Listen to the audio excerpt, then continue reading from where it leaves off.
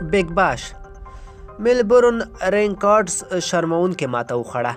د ملبورن لوبډلې بخت سږ کال ښه نه دی او پرلهپسې ماتې خوري چې نن یې بیا د 96 منډو په ستر توپیر د پرت سکارچرز لوبډلې څخه ماته وخوړه. د بیګ باش لیګ 25مه لوبه د پرت او ملبورن لوبډلو ترمنځ ترسره شوه. د لوبې په پیل کې ملبورن پچه وګټله او لومړی پرت ته توپوهنې بلنه ورکړه.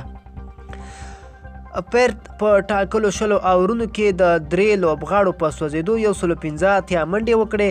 د دوی له لورې جوش انګلیس 2 ناسوځېدلې او کلوین مینرو 250 منډې وکړې. د ملبورن له لورې جیک 2 او نور احمد لکڼوال بیا 1 وکټه واخیسته. د 116 منډو هدف په تعقیب د ملبورن ټوله لوبډله په 12.5 اورونو کې وسوځېده او 9 منډې وکړې چې د 96 منډو په ستر توپیر یې ماته وخوړه. د پرت لوبډلې له لورې ارون هارډي او فواد احمد 2 وکټې واخیستې. د لوبې د غوره لوبغاړي جایزه جوش انګلیس ته ورکړل شوه.